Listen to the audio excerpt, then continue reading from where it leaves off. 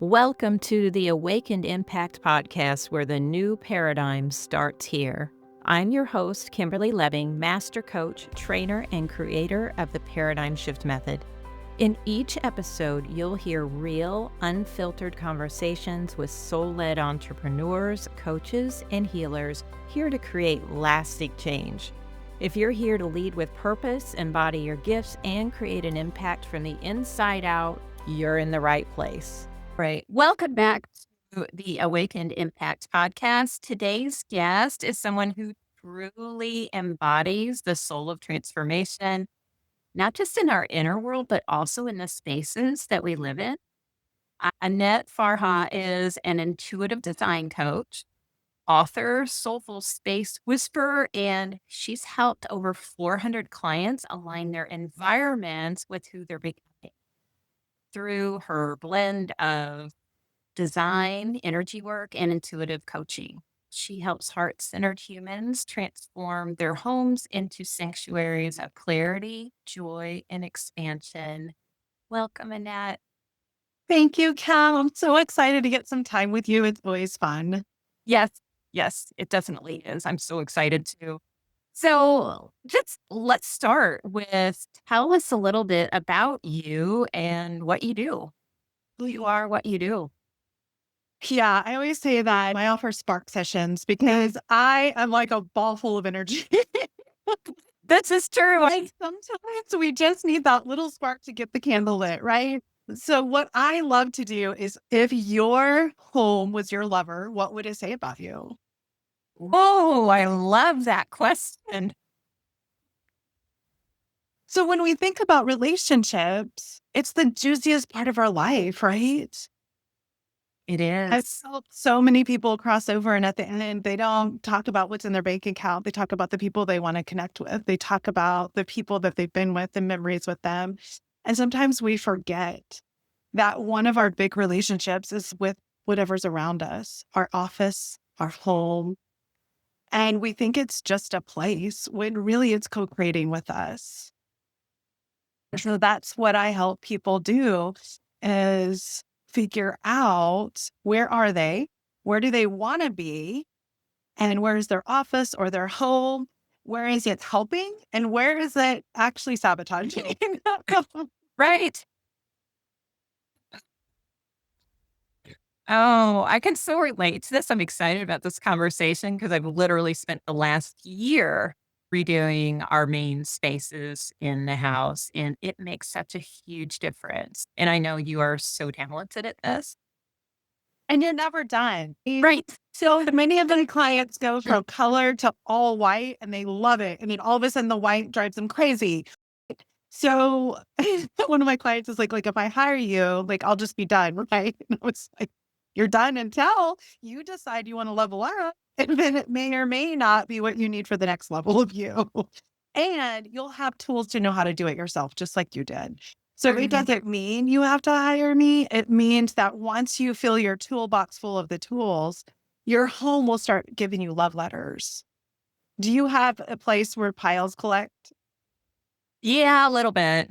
Yeah, it's better. It's better than it used to be. Oh my gosh. It used to be so bad, but we definitely have little spots where things collect. So a lot of times you can use the bagua if you've done feng shui, or I call it the energy map because I've really simplified it. But you can look and be like, oh, look, I have piles collecting in my career area. And oh, look, I've been meaning to launch something that I've been avoiding. My husband, our master bedroom is in our inner knowledge area. And then there's a corner that is our connection corner in there. And he will start piling stuff when he has something he needs to talk to me about and he doesn't want to. So it may be like I have all these trips planned and he thinks it's too much money, or, it's something that has like he knows I'm not going to be happy about. He'll pile stuff there. And then I'll be like, all right, what are you trying to get enough information to win instead of have a conversation about? Because he's a finance guy, right? Like he wants to fix it. So anyway, so those are the ways that then our house is really like sending us a love letter, right? Like I can get myself ready because I know that this is going to be hard for him. He doesn't want to disappoint me. I I love this. So much information. And I would have never put that together. So just love that. And this is why people call you referred to yourself. We froze. I was like trying to look at my internet. Yeah. Well, it says my internet is unstable. So it could be on my end. I don't know. Mine says it's stable, but I don't know. Okay. Where were we? That's why you call yourself the space whisperer. Yes, because the idea is once we create a relationship with our environment, then we're in relationship. We're in conversation. It's helping us see that blind spot that we can't see. It's being our rearview mirrors, right? Like you wouldn't want to drive. Actually, it's illegal, I think, to drive without rearview mirrors. That's what our space becomes for us. It's like, hey, hey. Yeah. So it sounds like it's really, especially with you and your husband, because you're both in tune to it. But it sounds like it's really a reflection of what's going on inside. Yeah, right. If your plants are dying all of a sudden and they've always lived, right? Like there's things like that, that all of a sudden you're like, wait a minute, what's happening? And a lot of times we haven't taken the space to step back and ask. And our house is like, hello, hello, breathe, breathe. And we're like, oh my gosh, this darn house. When really it just wants to help us. Hey, oh, it's beautiful. Beautiful. So if you're listening, wherever you're listening, the middle of your space is always the health area. And so if you have any health issues, look there first. So you can look at your whole house and look at the very middle and see what's happening. You can look at a room and look at the very middle and see what's happening. There's different body parts to different parts of your house too. So if you're having, like my husband was having high blood pressure and I was noticing that our heart area was getting clogged up. It was both of us. It wasn't just one of us. So there's lots of things that you can do to start being curious and start shifting through it. But the health area is the easiest because it's the middle. So everything that's where the middle of the room is. Right. That is easy. And it can be in any room. It's like literally the middle of our house would be the hallway. And so you might look at the hallway, but like our hallway, the middle of our house had dog toys. My dog kept dragging toys out in the middle of the house. And I was struggling with digestive issues. He was struggling with heart. I was like, dude, what is going on? Well, guess what? We both needed to get our walks in. We both, like all of a sudden I was like, oh, it's been hot. We've been skipping. Or we got to move our bodies. Isn't that funny? It is funny. It is funny. And you're making me think about the middle of this room, and it's a little bit cluttered in my little tray back there. So now I'm like, oh, I'm going to go clean that up after. Notice what it's counted with. Like if it's cluttered with like markers and creative stuff, and you're like, I haven't been creative. I've just been piling it. Or, right, like I've been avoiding. Typically, we clutter it up with things that we're avoiding. The walk with the dog. Right. Yeah. Exactly. The 4Ds. All right. What can I dump? What can I do? What can I delete? I love that. Okay. So I want to shift a little bit because you also talk about honoring the messy middle. So can you tell us a little bit about what you mean by that? Have you ever done a remodel project that had zero mess? No. Have you ever cleaned out your closet with zero mess? Oh. So I lost my partner to cancer. And what the biggest revelation happened when I went to clean out my closet. Because I can remember unloading the dishwasher and my boys, and I was just crying unloading the dishwasher because in grief, you just cry because you cry. Look at all, for everything. And my boys were like, we miss you, Mom. And I was like, yeah, I miss me too. Because when we're in love with a career, with a person, with anything, we're in love with who we are in that situation. And when that changes, who we are is no longer available in that, if that makes sense. Yeah. And so then we have to find now, who am I? And our closet, what we choose to put on is kind of like who we did choose to be that day. A lot of times we'll avoid cleaning our closet. We'll start buying the new us and putting it in. And we'll run out of hangers. So we'll have piles in there because we aren't quite ready to release who we were because we really loved her or him. in the middle of cleaning out my closet, I literally just took everything out and threw it in my bedroom and was like, only what's coming back is this empowered queen. She travels, she's kind of boho, and she's classic at moments. Like, I really felt into like, who do I want to be in this next chapter? And only she can come back in here. Black is gone. I decided, then I was like, wait a minute, I still have funerals. I'm in my 50s. It's here. So I need one black and one black dress. Okay. We're gonna let that happen. And one black shirt because they go under things. So I had a no black to very little black. I only was wearing black to look professional and to look skinny. I heard that black makes you look, and I was like, all right. It was not good to me. I need a lot of black. So at that point, I was like, no, I don't care. I did care, honestly, but I didn't want to care. And I had to step in. So a million things happened with me cleaning my closet out. And that's kind of where I started helping people clean their closet. And the reason people wouldn't clean their closet is they didn't want to make a mess. They're like, yeah, but to clean my closet, I got to take everything out. Yeah. Yeah, sure. Like that's part of the process. Yeah. And so what I realized is how much magic had happened in this really messiness of my middle. Like it was messy. I had one son at college and one was home, and he evidently had called the 411 to his brother, like, mom's cleaning her closet, shit's changing. Like, and so my son at college had called and said, Mom, coming home, I'm going to cook. Because he knows when I clean my closet, I invite all my friends and it's a shopping trip.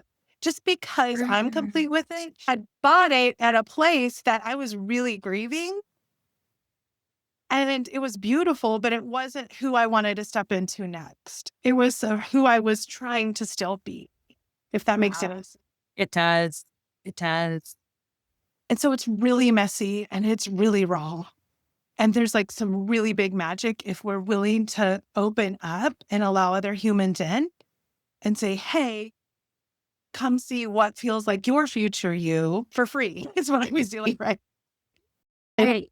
Craziness and everybody's shopping and it's like a girl's trip. But I just notice how much we all try to avoid it. People don't do the remodel. People don't make the move because it's messy. Yeah. But it holds us to who we were. There's no way to open the next door and hold the other door open.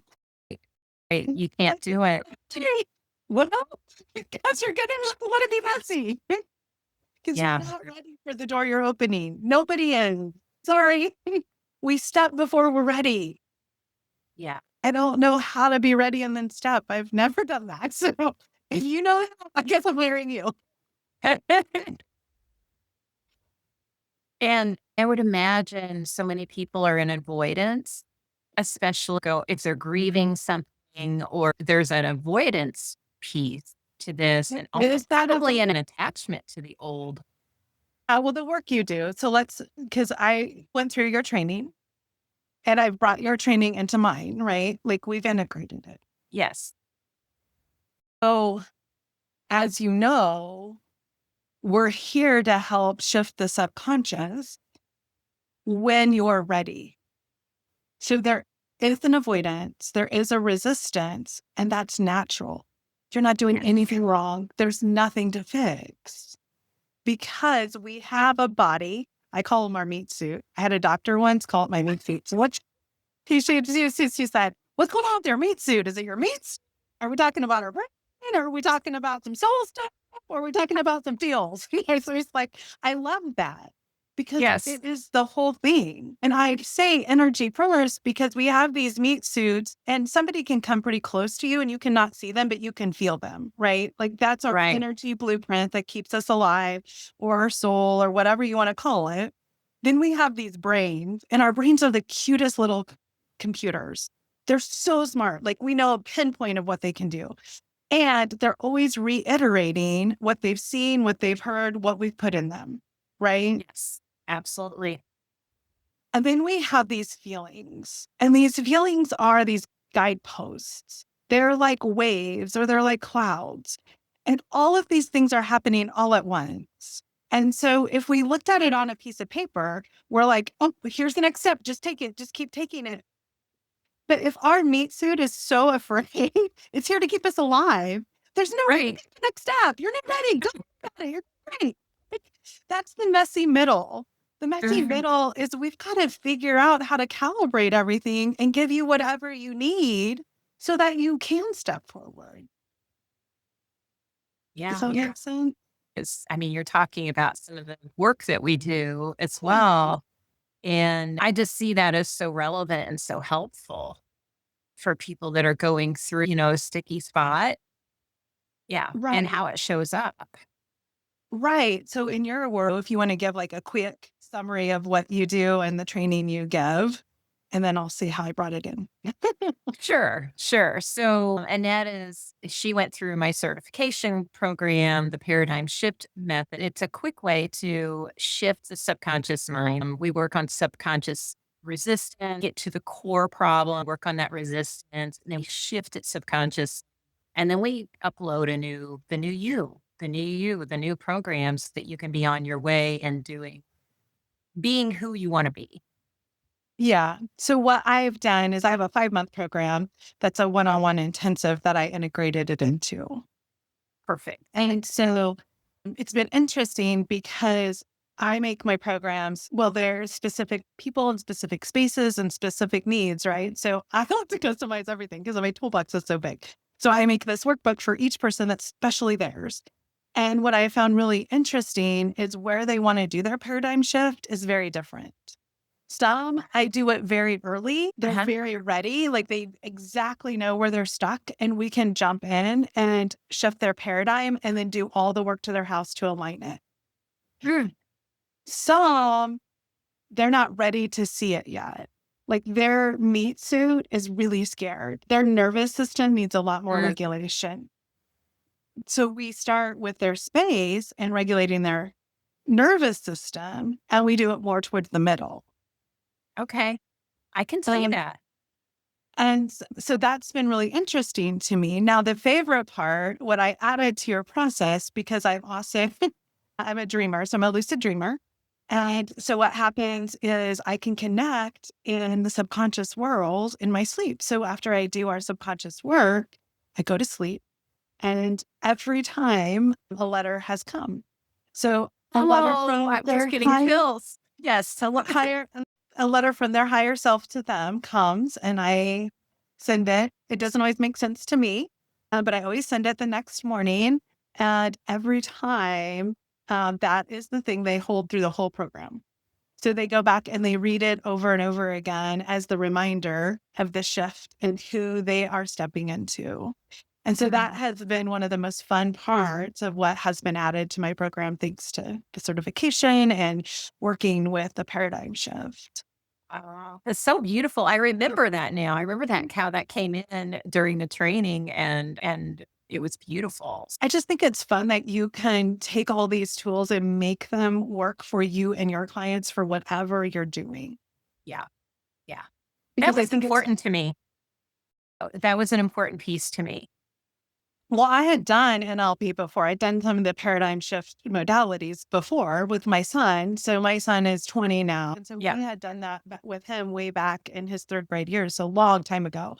And then I had kind of put it on a shelf and not used it. And then when you came back and were using it and had integrated it in such a new, beautiful way to me, that was so condensed. That's what made it usable again, because I had done an old method that was like a much longer process.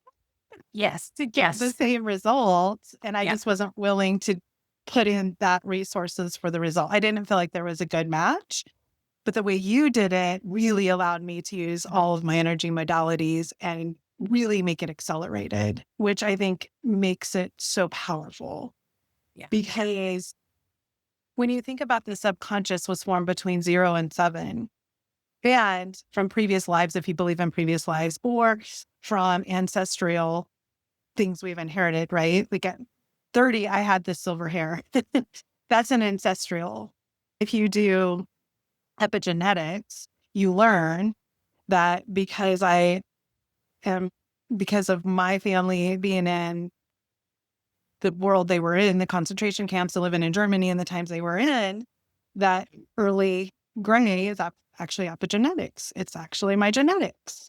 So when you think about the paradigm shift that I can go back and heal ancestral traumas, Yes. that is creating a pattern in today's world that I don't feel like I have a voice. So all of a sudden, I'm not saying my voice because of an ancestor that didn't have a voice in the late 1800s, right? And now I can have a voice and I'm here talking to you on a podcast. That's pretty transformational, It is. right? It is. Yeah. That's one of my And so, favorite things about this. Keep going. Keep going. What were you going to say? that's what I do is I help them figure that out. And then what does it look like to have a voice in your space? Sure. So you can see my monster with his big mouth. Well, you can't Yes. if you're on a podcast, but I have a really silly monster with a big mouth because I think every space should be fun. And you can see that all of this is original artists, right? Like this is their voice and their expression. And so that It's comes into my beautiful. space to remind me how held I feel in their expression and how I can hold others with my expression.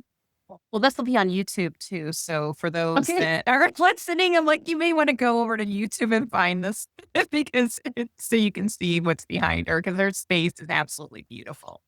It's vibrant as you are. So it feels or looks to me like a reflection of the energy that you are. And that's what we hope to do for everything, right? Like the energy you want to step into, if you can create it around you, it's so much easier to step into it. Yeah. Right? Yeah. I have my magic Yes. wand. I have all, every artist that's on my wall I've met and I love. I know it sounds silly, but I feel like when they make it with their energy, you bring that energy in and then you get their energy every day. And so I just really am a big proponent of local artists. If you're a local artist, I'm always cheering for you. You can send me your stuff. I love it. I love it. I'm a big fan of local artists too. I always try as much as I can to find or either original or local because it just brings a feel to the house that you wouldn't. Yeah. And it's a story. Like, Yes, the I story. just, it's like our stories are so important and our homes should tell our stories. One of the challenges is, do you ever want to have a get together, but then you're like, oh, my house is so not ready for a get together. You ever had those moments? Oh yeah. I come from my family was very German, very clean. Everything cleanliness was to godliness. And I am not clean people. I'm creative and messy. And so I feel like we teach and we hold space for the exact thing we need. And so I married a very social man. I married Farha is Lebanese. It's so I married the concrete wedding is what I say because this is control station. And it was like so affronting because I'm a designer that has always built her own homes and designed them. And I move into his house in 1963 Ranch. And I'm trying to make it anyway. So it's like, how do we allow people to see our imperfections? How do we allow them in when it's messy? Because that's when the fun happens. And every time I do it, I have so much fun and everybody's so real and nobody ever comments that, wow, you haven't dusted in a while, have you? Actually, somebody did. And I didn't die. I'm dusting. I dust and my dog runs around and it's over in 2 seconds. So, but that realness, that intimacy, that connection, Yeah. that there's something to that. There's some kind of magic in that. So that's really what I help people do. Like, what kind of life do you want? Let's figure it out. And I also laugh because I'm a designer. I've designed and drafted over 400 homes and I've helped over so many people. And people are like, wow, I saved more money using you than without because I always have tricks. I'm like, okay, this is how you want the look. Let's figure that out for way less. Or is that really what you want? Let's really because a lot of times what happens is we're not doing the emotional work and the energy work. We're looking at Pinterest and going, okay, that looks cute. Let's hurry and do it. And we go buy all this stuff. We stick it up, but it's nowhere close to who we want to be. It just looks better than what is. And so we do that about 5 times before we figure it out. And that costs money. So anyway, so I always tell people, Trust me, if you know you're feeling a need for change, a spark session is always worth it. I can totally relate to that. That's how I decorated for many, many years. It's just, oh, let's just throw this up. The big thing was my mom would always gift me with something that she didn't want anymore. And then I would be attached to the thing somehow, but like I'd feel guilty for not wanting it or not using it or whatever. I'm sure that that's probably for you with clients. That is so common. So we had that at our house. My husband has a lot of crystal from his first marriage. There's a crystal bowl full of markers. Here's one full of wheels. And he's a gas. That's how I use them. But I love those things and they need containers. Mhm. So if you want to keep them, then I'm going to use them in a way that's useful because everything is about feel, function, and flow. Yeah. And that feels really good to you, not to me, but I can make it function, then we'll make it work. Oh, I love it. Absolutely love it. And I have gotten to a place where I had to let some stuff go because it would just, after a while, things get cluttered. It's like you don't even notice that over time. It's funny because it's like we were looking at our downstairs area, our family room, and looking at photos from, I don't know, 15 years ago. And we had the same furniture. Like we hadn't done anything different down there. But then you look at like 5 years later and there's more stuff. And then like it just got so cluttered and so cluttered. And I think over time, you just begin to deal with it and work Like, around it. wait, have you ever noticed you're like, how did I put on 10 pounds? How did that happen? Those are the same. Same. Like, Like what happened? Because it's so slow and gradual. Everything has energy. And really everything's neutral. So the energy it has, positive or negative, is what we give it. So I always tell people there's different ways. You can close your eyes and touch something and see if it feels different. Or you can be like, okay, this makes me happy because it's a creative badass. And that makes me happy. So these have all my markers and all my fun things in it. But you can do juicers and zappers. And so what I tell people is I always say use it, love it, or lose it. And sometimes lose it is hard. So you can make time capsules. You take a box, you label it with the date, you go around and it's a juicer or a zapper. If it's a zapper, put it in your time capsule and mark your calendar for 30 days. Because guess what? If it's been in the box for 30 days and you didn't go get it because you needed it, and then you go through it, you're going to feel way different about it. And a lot of times everybody's like, I didn't even look in the box. I just took it to Goodwill. and that's perfect. We were like, well, maybe I do use it and I don't realize it. That's okay. Like, you don't have to make the decision today. You just have to decide to get it out of the space today. You don't have to decide where it goes today. It's such a practical thing to do. I tell people to do that. Plan something once a month because also have a box for all the stuff laying around. Stick it in that box and label it because I bet you in 30 days you don't need it. Again, well, if it was really important, you would have done something with it. Absolutely. So good. So I would love to know what's lighting you up right personally or professionally. What I'm really excited about is I did write a book. It's going to be coming out 9/9. So I'd love to come back every year. I mentioned I had a soulmate that passed away and I made a bucket list. So when somebody is at the end, you make a bucket list and you learn how to live. Like death teaches us how to live, really. So every year I do something on my bucket list. And this year it was write a book. And so I had a client say, hey, I want an accountability partner. I'll pay you to go to this retreat with me. It's write a book in a weekend. And I was like, perfect. I'll go write a book in a weekend. I really thought you could write a book in a weekend. Like, because I'm an so then and I'm a manifest generator. I think anything's possible and it shouldn't take very long. So I go to this retreat and they hypnotize you. And literally I wrote 36,000 words, 100 pages. But like you write for these 90-minute spans. So we get to Sunday and the retreat's over Sunday at 5 and it's Sunday at noon. I'm like, where's this book? Like I've been writing and writing, but I don't know. And so he gives you this structure. And I thought, I want to get on stages. I want to get on more podcasts. So I'm going to write a book about design. It's going to be a bestseller and it's going to solve all my career issues. Anybody else have like the big, like, here's, I need the blue pill and I'll be fine. So that's in my head what I went to write. And so we get to the end where we're culling through this 100 pages and it's all about grief. Wow. And it's no, I am not writing about grief. No, not doing it. Nope, there has to be a design book in here.